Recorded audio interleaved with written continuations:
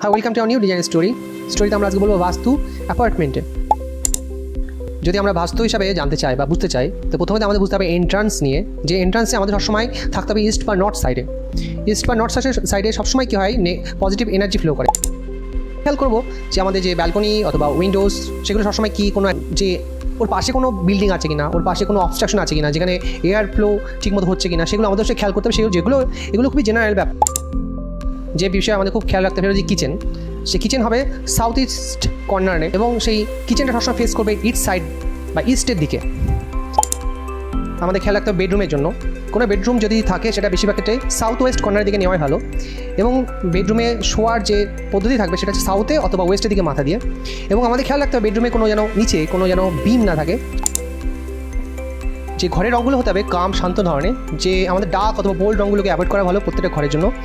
এবং প্রত্যেকটা ঘর হতে একটু লাইট কালার, যাতে করে এনার্জিটা সবসময় কী হয়, পজিটিভ ভাইব নিয়ে চলে।